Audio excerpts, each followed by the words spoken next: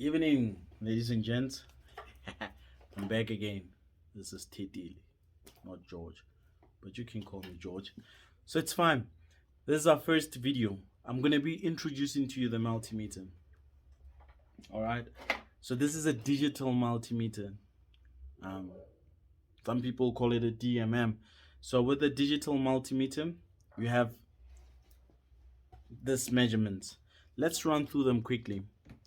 We have capacitance, the side, which moves from microfarads to nanofarads.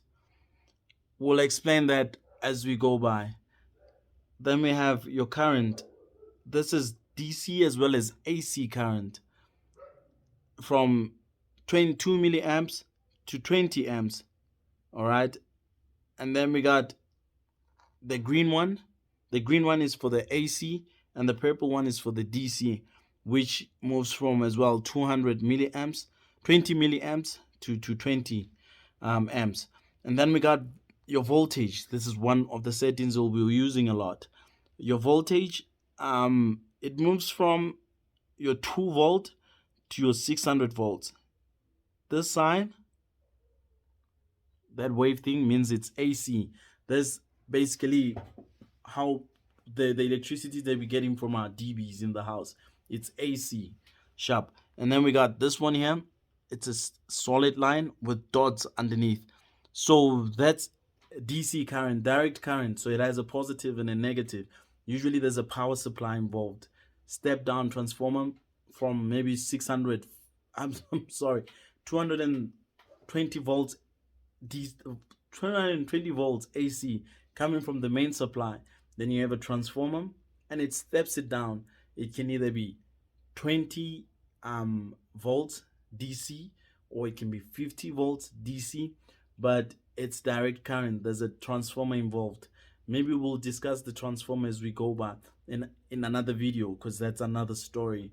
There are different parts involved in a power supply, where you have your diodes, you have your coils and stuff, but we'll discuss that. But what you should expect, for example, your phone charger, you should expect the DC out of it. It's a very low voltage, so your charger was used to charge your phone. So that's why we have voltage DC there. All right, cool. Then we have your ohms. That's to measure resistance. You can measure your resistor, or in terms of home appliances, we're talking about your stove element. It has a particular resistance to it. If it has no resistance, it means that it won't build up any current and it won't heat up. So yeah. And then we have one of my favorite settings. I cannot see it here. Oh man, this is not good.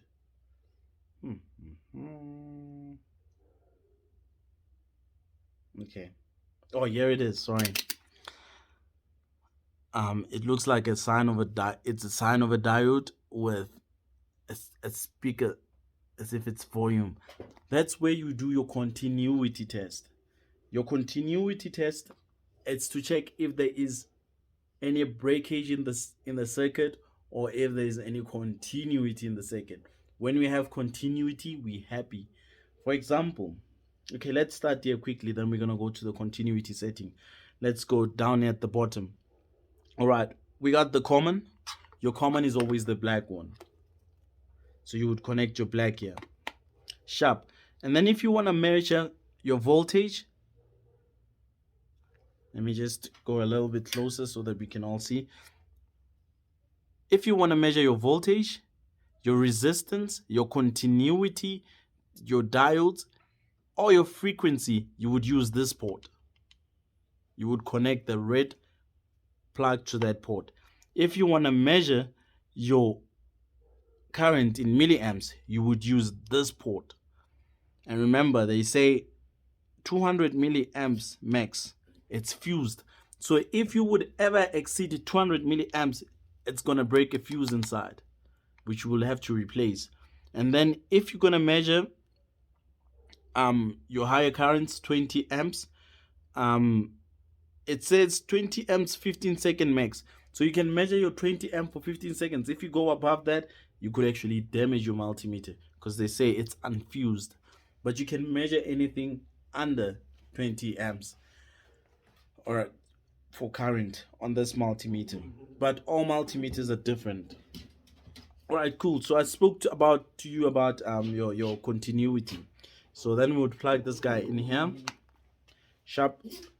Switch the multimeter on.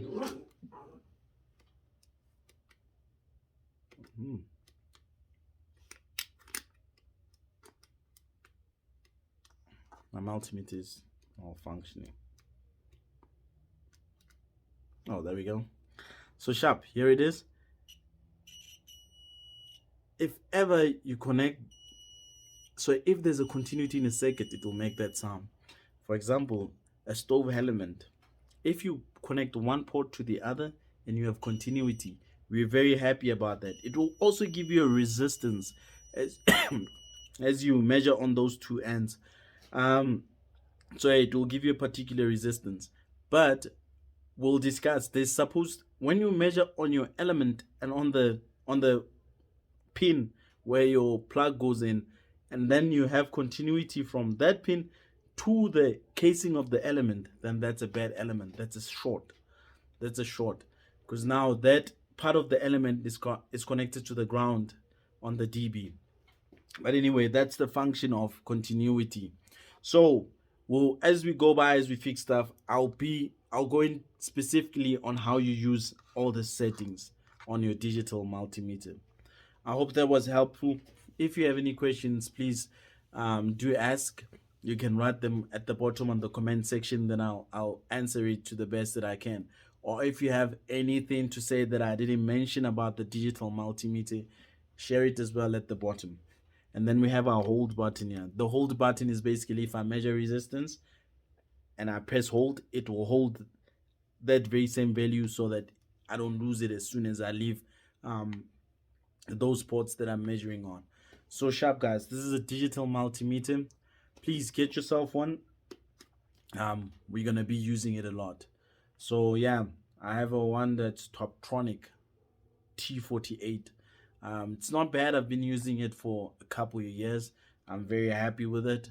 But if you want to go all fancy, you can go for Fluke and all of that stuff. It's all up to you what you love using. So thanks, guys. So that was the video about the multimeter. If you have any questions, like I said, write it on the comment section and then we can discuss it. Have a lovely evening.